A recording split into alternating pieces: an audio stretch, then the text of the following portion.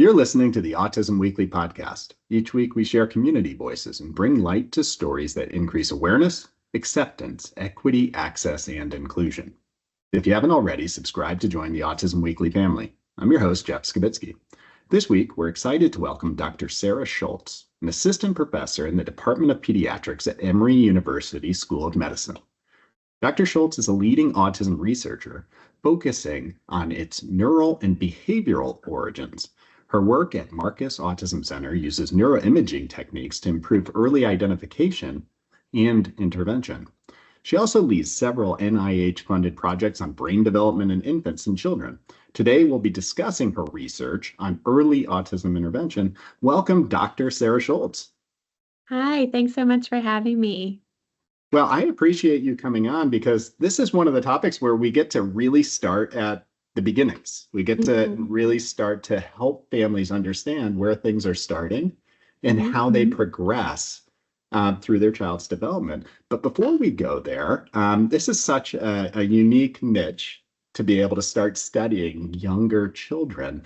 So what sparked that interest into autism in early infancy for you?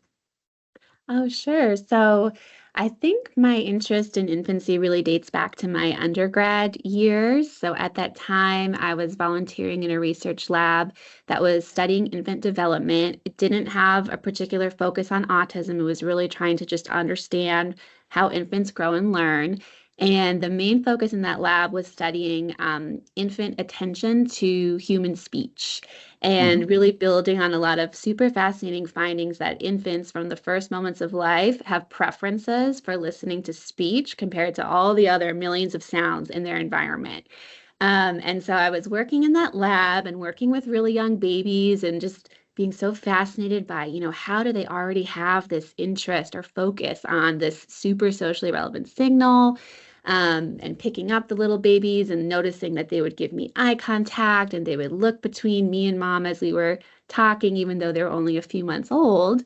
And just kind of by a stroke of luck, at the same time, I was given an opportunity to work with a child on the spectrum. He was about 4 years old at the time, was a family friend, and I was tasked with kind of playing with him after school and just kind of giving him a nice supportive environment and maybe kind of incorporating some of what he was working on in his early intervention program just in play. And I was really struck by the differences between some of what I was seeing in the lab with those little babies and what he was working on. So he was really, some of his learning targets were how to make eye contact. And, we were using kind of really creative strategies to capture his attention. And then I would go back in the lab the next day and meet a little 3-month-old who could so kind of almost effortlessly deploy that eye contact and attention. And it really got me thinking about, what is happening in early infancy that some of these things are online in such early ages and need to be approached in such a different way for some individuals on the spectrum. And so really trying to think about what are those building blocks of social learning and how might they unfold differently in autism? And if I had a magic wand to kind of go back to that little 4-year-old and rewind and see what his world was like as an infant, and really try to understand how some early emerging differences could culminate in some of the features of autism. So that was my kind of moment where I got really interested in some of these questions. Yeah, that wand that you're asking for, I'm sure that every family is asking for at the same time, because oftentimes when I talk with families, especially when they have numerous children, is that one of the first characteristics of, hey, my child might be developing differently than maybe some of my other children, is that lack of attention to social situations, communication being the most important one at that age of, am I actually attuning to the parent who's talking to me right now? Yeah. So that makes a very clear delineation from what your original study was to falling into autism. But you just did a recent paper. And I'd love to just kind of understand before we get into kind of the conversation of, where everything went. I'd like to know a little bit about that study. Sure. And maybe that'll guide a little bit more into, how families are are seeing development and being able to observe it and understand a little bit more as their child goes through infancy.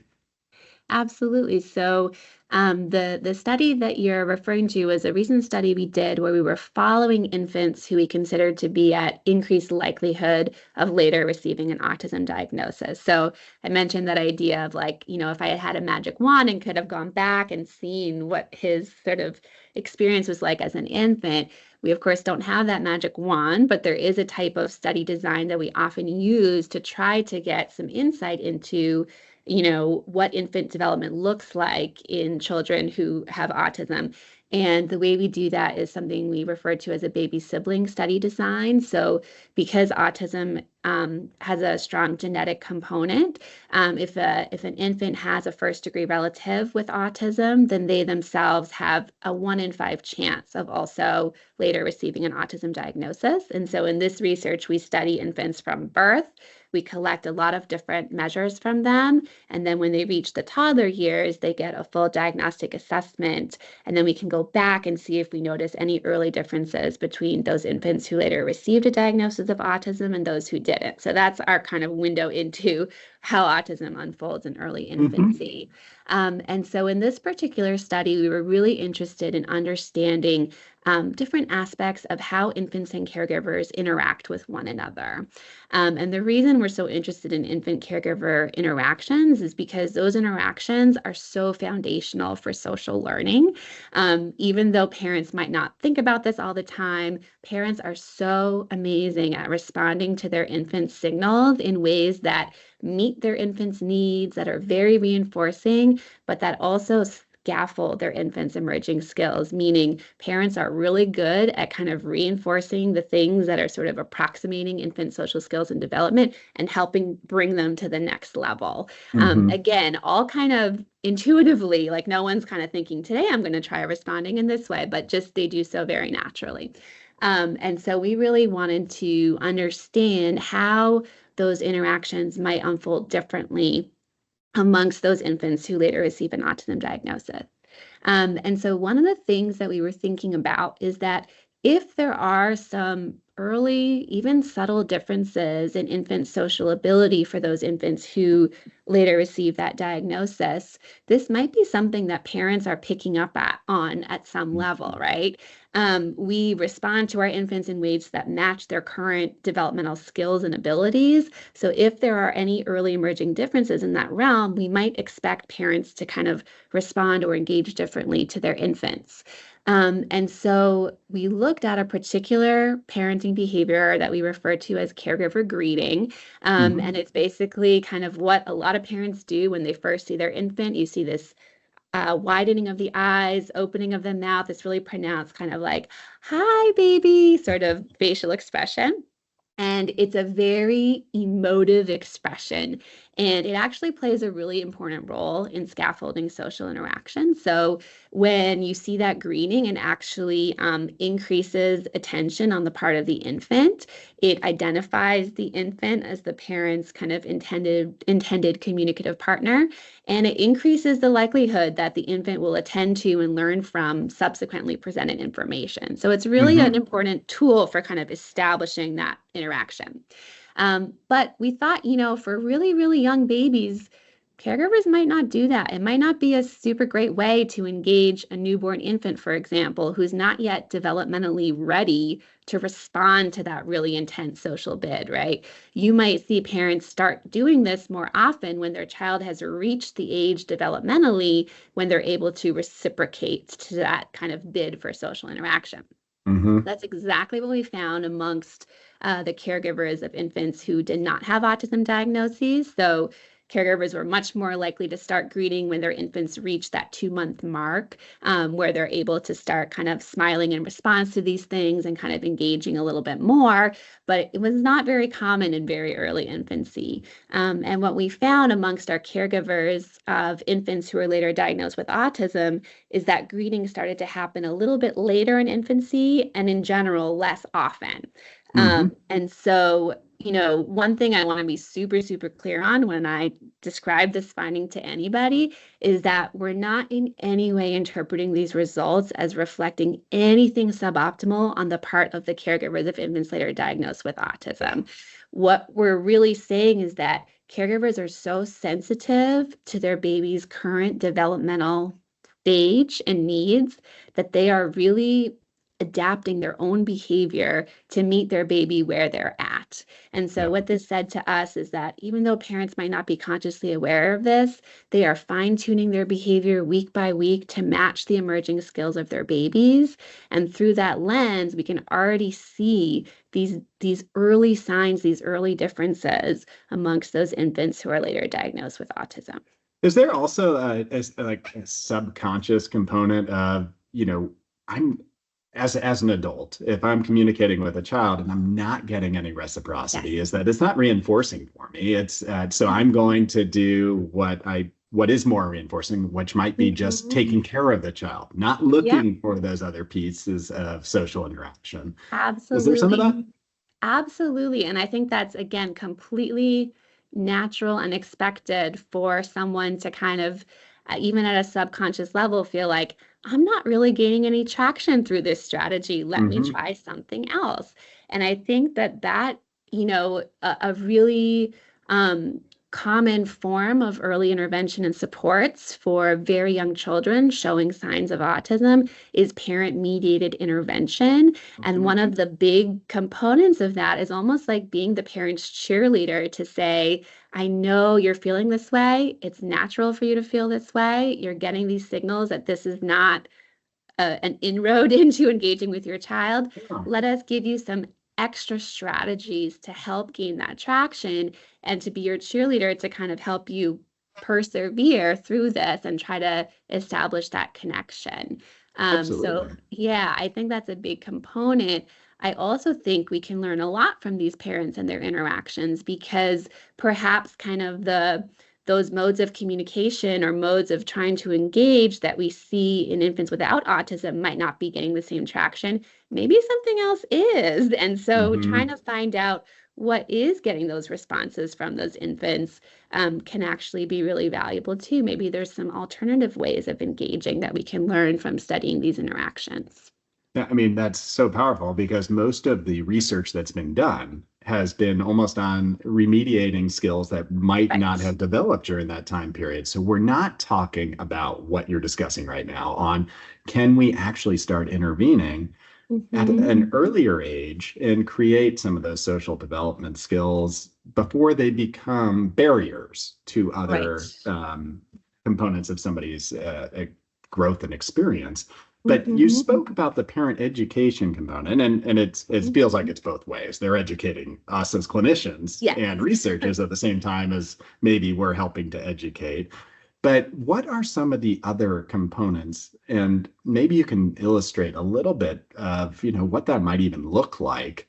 Is that you talked about, just that initial interaction of, are they Hmm. are they paying attention to just my attempt to engage? Right. But what other things might a parent be working on at that point when they notice any of those deficits to maybe start to create some of those connections? That's a great question. Some of the things that come to mind, I think we as parents are so good at anticipating and meeting the needs of our kids that, just to give an example, so one of the kind of early signs of autism that we know about in that first year of life is by the time kids are approaching their first birthday, that kind of 9 to 12 month window, we might expect kids to start kind of trying to initiate communication by doing things like showing us something or some gestures starting to come on. And sometimes just offering some communication temptations are often referred to, sort of trying to hold yourself back from realizing like, oh, I know they want their sippy cup right now, but actually giving them a chance to let you know that Hmm. can be really helpful ways to kind of build up some of those communication skills. trying to establish a shared agenda with your child or kind of a shared moment of engagement before trying to build on additional skills can be really important too. And there's actually some really great resources that have been worked on by Dr. Amy Weatherby at Florida State University.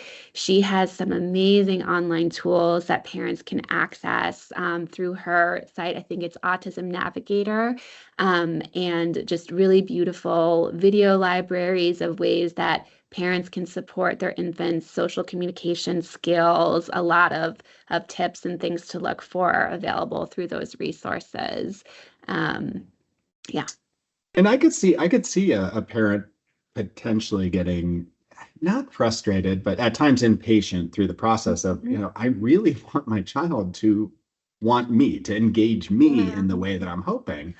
Um, but it sounds like what you're saying is that you're almost trying to be able to utilize a lot more motivation of the child and accepting however they're communicating and then building off Yes. of that versus forcing a specific type of communication. Are there Yeah. pros and cons that, or it sounds like there might be some cons, but what are the pros of following the child's lead through this process?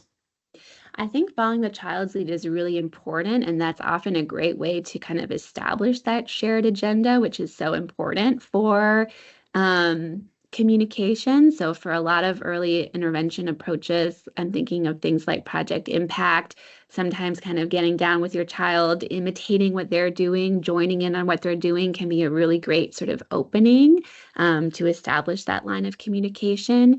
But I think more than, trying to get a certain form of communication is just giving them opportunities to learn the link between their signals and responses in the environment. So giving them that opportunity to realize if I look at you, if I give you that moment of eye contact, or if I raise my finger in that direction, or, some vocalization, some way of letting you know what I want, then something will happen. So it's that link, I think, that is so helpful to really be establishing for kids to learn that my communication has power, that I can Yeah. make things happen in the world through the things that I do. I think Mhm. that's that foundational piece that can really open things up. Yeah, I mean, and in my mind, anyways, there's no inappropriate communication at that age. Hmm. It's like, hey, Hmm. am I getting the attempt at Right. communication? And that's a win in itself. Yes. But you're studying something that it kind of blows my mind that we didn't get into the research on Sure. this a long time ago. Yeah. Yeah. Um, but by studying this and potentially being able to kind of, identify some of these precursor behaviors to Mhm. a slower developmental process or challenges in the developmental process because the Mhm. perspective of the child is just different in how they're Right. interacting with their environment. Um, what do you see that opening up? I mean, what happens if somebody isn't attuned to this and the child goes through creating their own way of interacting in the environment that maybe becomes more reinforcing for them over time? Does treatment Mhm. become harder over the years? Are there more barriers that are created for a child by not recognizing this early? Well, I think there's certainly a lot of evidence for kind of that general principle that if we're able to intervene during periods of, greater neuroplasticity, that can lead to kind of more positive outcomes, whatever, an individual defines as a positive outcome. So I think that's certainly the case. But I think anytime you're trying to support a child, if you can get in there at some of those more foundational skills, those are going to have cascading effects that might be harder to achieve if you're coming in kind of at a later time point without that foundation kind of supporting things. That's not to say that there are not amazing gains made from intervention at earlier ages. There's of course tons of learning and plasticity across the lifespan. But I think there is this kind of exciting possibility that if we could offer supports that might kind of help shape some of those building blocks of learning, that it can, of course, then have those cascading impacts that might be larger than if you kind of offered supports at a later stage. And that makes a ton of sense. I mean, just even I look at myself is that as soon as I start finding a new behavior that, I'm going to cope with and I'm going to figure out ways to navigate my environment, is that if it isn't something that's super productive long term, I'm missing out on some of the other skills that I could have developed if I had found the right way Sure. to interact with the environment or interact with employees or interact with the world around me. Mhm. Um, and it makes sense that a child would be going through the same thing, but those are foundational. Those are skills that help you to develop so much more as time goes on. Um, Mhm.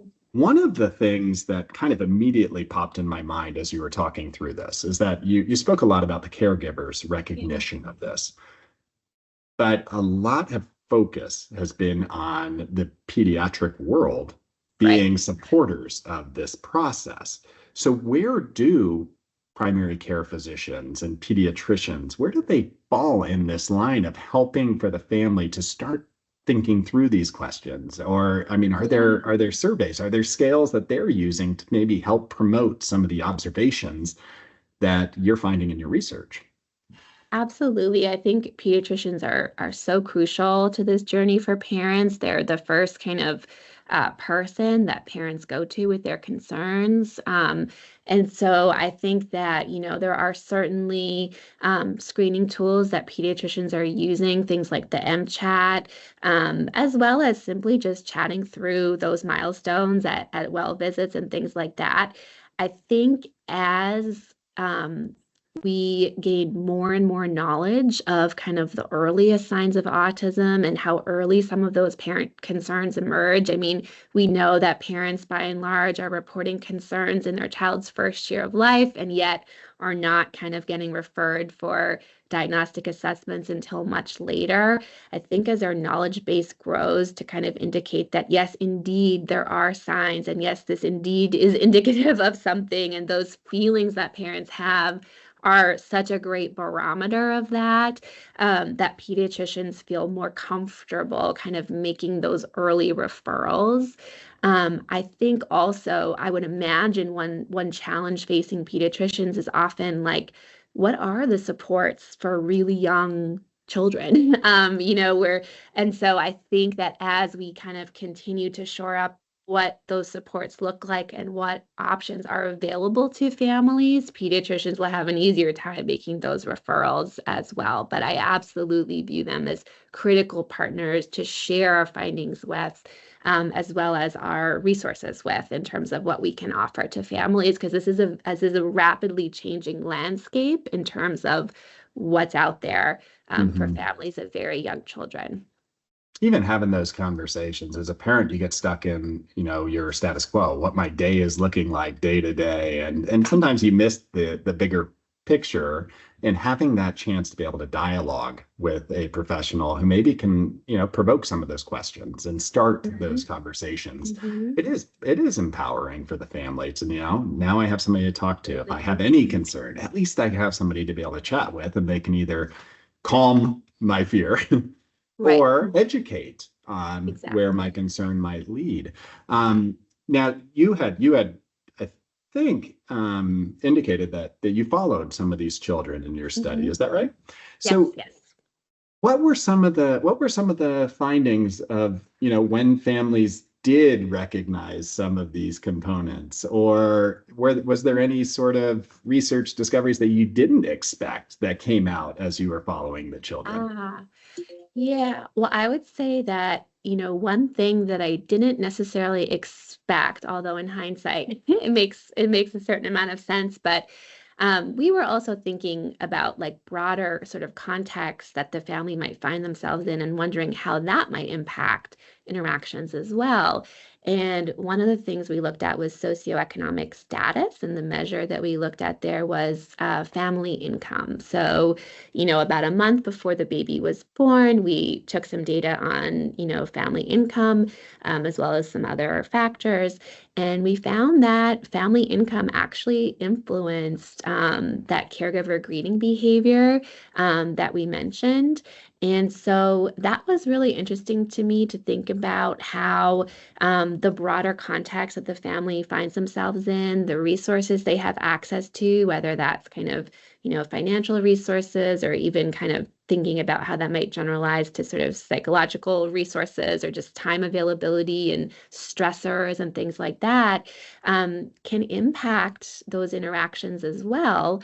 And the greening behavior we're looking at, it's such a tiny slice of that interaction. It's something parents do in the first seconds of seeing their baby. So already right off the bat, in the first seconds of an interaction, we see that being impacted by both the child's later diagnostic outcome and socioeconomic status. And so that was a bit of an eye opener for me to kind of Mhm. see just how fine grained and nuanced some of those effects can be.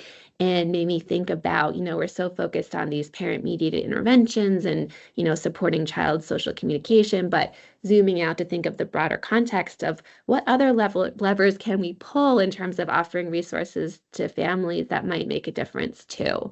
So Mhm. that was an interesting one. And I think, as we embark on more and more work on parent mediated intervention, thinking about the caregiver themselves, their family context, stressors, mental health, resources available, all those things are crucial for supporting families. Absolutely. And I think you see that across healthcare as underserved, under-resourced Yeah. communities, is that it's this cascading effect of, Yes. am I able to apply everything that I'm hoping to be able to do into all communities appropriately? And we have to be Yes. creative to figure out solutions for that.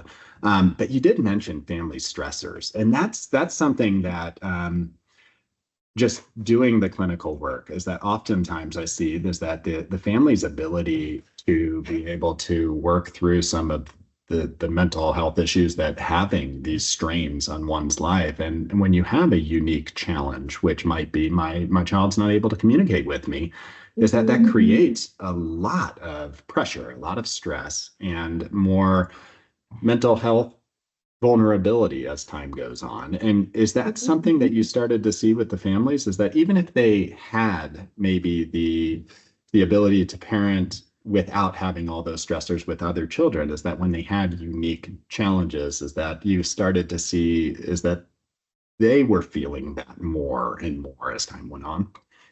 Yeah, I actually am working with a student who's looking at data like that right now. So this is unpublished, so please, take this with a grain of salt, but she's been looking at parenting stress indexes over the lifespan of our study and how parent stress changes over time and how it might differ depending on a parent's child's likelihood for autism. So those families who have a first degree relative with autism versus those who don't have that same kind of increased likelihood for autism in their infant, and also how it varies as a function of the child's eventual diagnostic outcome.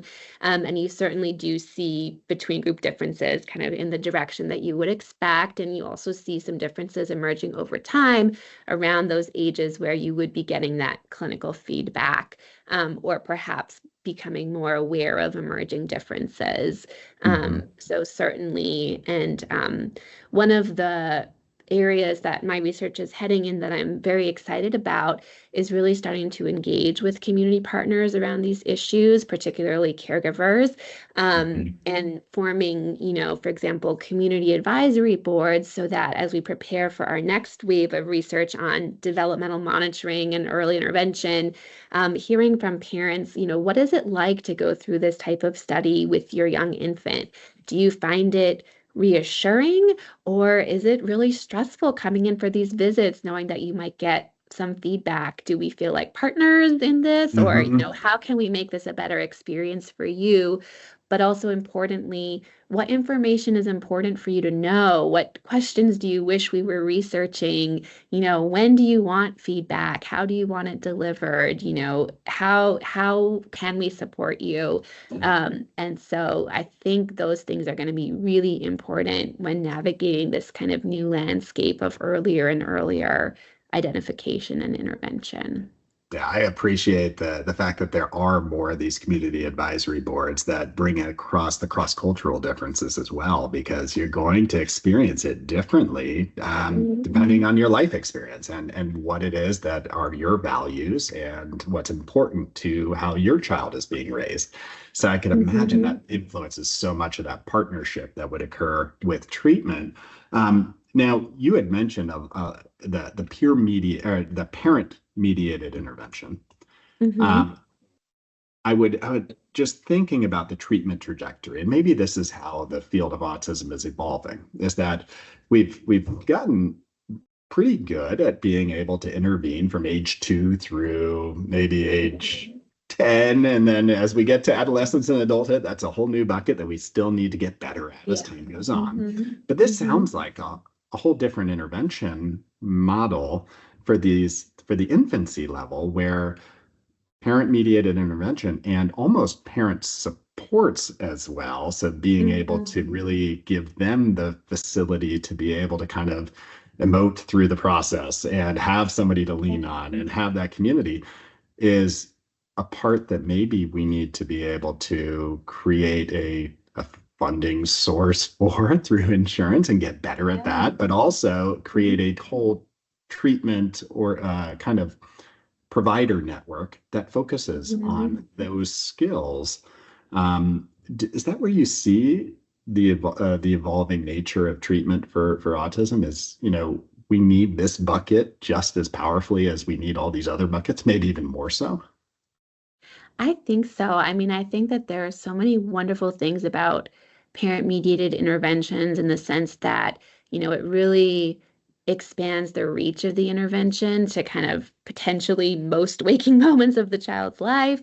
Um, a lot of parents provide feedback that it can be really empowering to kind of be able to know how to best support their child. At the same time, it's a huge ask of parents to learn all of this and implement it all the time. And so I think it's really unfortunately not going to be successful without taking into account, you know, how this fits into their life, whether it's, cultural differences, resource availability, mental health, all of those things that are going to make or break this as a possible, effective intervention. And so I'm definitely seeing more and more folks really trying to understand how parents' mental health, style of learning, available resources, all of these things need to be considered when creating this plan for parents and figuring out how to best approach this. And so I think, understandably, a lot of the initial work was really focused on the intervention itself and does this even work? And now I think we're able to kind of move towards some of those more kind of implementation aspects of it, Mhm. which are really, really crucial.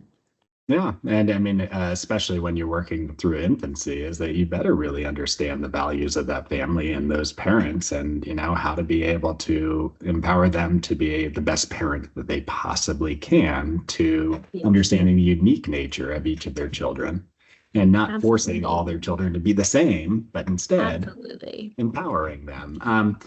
So how do you see caregivers and I guess I'll loop providers into this. Hmm.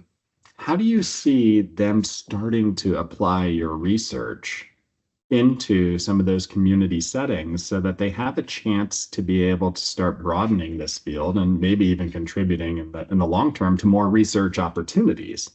Yeah.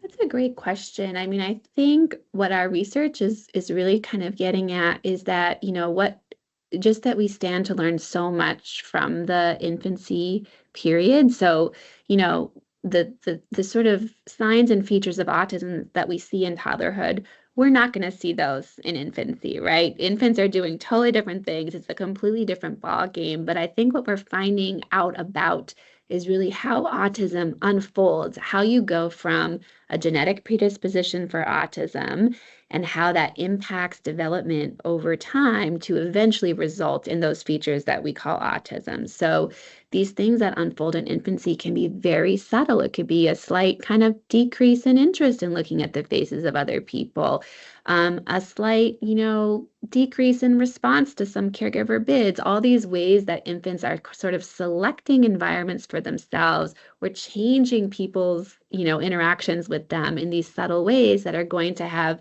accumulative consequences over time. And so I think that just kind of acknowledging development itself and the way it unfolds and really thinking about, you know, really taking seriously what caregivers are saying in terms of the feelings they're having in those interactions, and what they're noticing, and recognizing that we're probably not looking for the same things that we are in toddlerhood, but that those kind of subjective impressions are really, really crucial. Yeah, and I mean, you had mentioned Project Impact, and when I'm thinking through the process of intervening, if you're Mhm. starting to kind of recognize some of those areas where you're saying, if I'm able to empower my child with these skills earlier, then they can start to develop their own way of interacting with the world that's going to be Mhm. productive as time goes Mhm. on. Um, it sounds like there's different techniques than maybe what clinicians are using, like you said, for toddler on up. Is Mhm. this something that, we need to continue to look at the field of the research in the implementation of autism services and start to realize that there's additional trainings that might need to be provided as we're opening up that younger age group and families into service models, and that we need to start honing in on, what's important at that time and what techniques have value versus which ones maybe have value later in life. Right. Yeah, I think absolutely. And I think a lot of people are doing great work trying to really think about, like, so what does this parent-mediated intervention look like before 9 months of age or even earlier? That's a totally new frontier. There's a lot of people, again, I'll mention Amy Weatherby's group at FSU, who have a model of offering trainings to other providers as well. So I think there's a lot of really great work happening in this space. And it's an exciting time for sure. Absolutely. And I mean, along with Amy Weatherby and Project Impact, what other resources would you be recommending for folks to start their journey of understanding some of these complexities, which obviously as a field we don't completely understand, and you're Yeah. helping to add to all everything that's out there in the research and literature. But where would you point others to go to start their education Yeah. process? Well, I know I already mentioned Autism Navigator, but I really do believe that's one of the, most beautiful kind of sets of resources for families because it offers a video library of social communication milestones starting from 2 months of age. So I don't know of too many things that kind of go back that early in life so comprehensively. And built into Autism Navigator are also resources for screening your child and can connect you to direct kind of follow-ups with that FSU team. So there's just a great treasure trove of parent education, intervention resources, signs to look for, where to go for support. So I highly recommend that one. The other thing I'll mention, and I'm sorry, this is probably my own biases being a researcher myself, but research can often be a really great way to gain access to clinical resources as well. And so I mentioned this baby sibling study design that we often utilize. And one of the really nice things about being part of a baby sibs study design is if you have, say, an older child with autism and a young infant, you can enroll your infant in one of these studies, and we would collect new experimental data to try to understand new things about development. But along the way, we also perform many, many clinical assessments, culminating in kind of gold standard autism diagnostic assessments. So, for a parent who is aware of the recurrence rates for their younger sibling, knowing that, there's a 1 in 5 chance my baby will also be on the autism spectrum, a lot of parents really want the opportunity to have their baby prospectively monitored in this way so that if they do have emerging concerns, they have a direct line of access to a clinician who can answer questions and who's also going to be giving them feedback as their baby grows from infancy to toddlerhood. And so there is a consortium of researchers all around the country. It's called the Baby Siblings Research Consortium. They have a website, and that might be a great place to go to try to see, is there a study like this near me?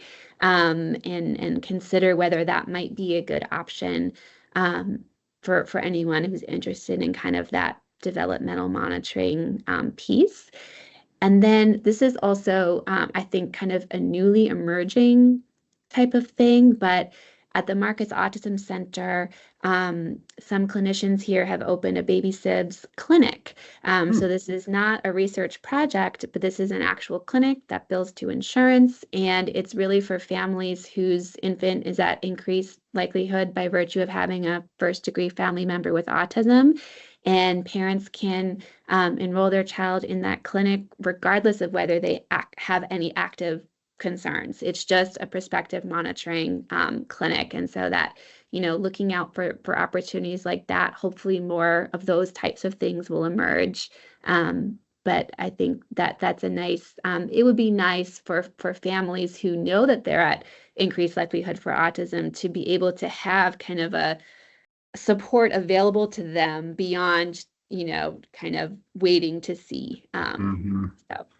Yeah, that wait to see has got to create some additional anxiety, and just having, the supports. A lot of the treatment that's going on is beneficial for any child through their development. So it's just giving extra eyes just to be able to make sure that, we're catching anything that might be a barrier in the future. And I love the fact that Marcus Autism Center is doing that. And I think that's something that a lot of folks should start emulating in the way that they're looking at the treatment models. But Dr. Shultz, thank you so much for coming on today and sharing your experience, your research, and contributing to all of this conversation that I think will start to get people talking and creating new models of care and empowering families differently. Well, thank you so much for inviting me on. It was lovely speaking with you. Thank you for listening to Autism Weekly. We hope you tune back in next week to learn more about autism in the real world. Autism Weekly is now found on all the major listening apps, including Apple Podcasts, Google Podcasts, Stitcher, Spotify, Amazon Music, and more. Subscribe to be notified when we post a new podcast. Autism Weekly is produced by ABS Kids. ABS Kids is proud to provide diagnostic assessments and ABA therapy to children with developmental delays like autism spectrum disorder. You can learn more about ABS Kids and the Autism Weekly podcast by visiting abskids.com. Thanks for tuning in. See you again next week.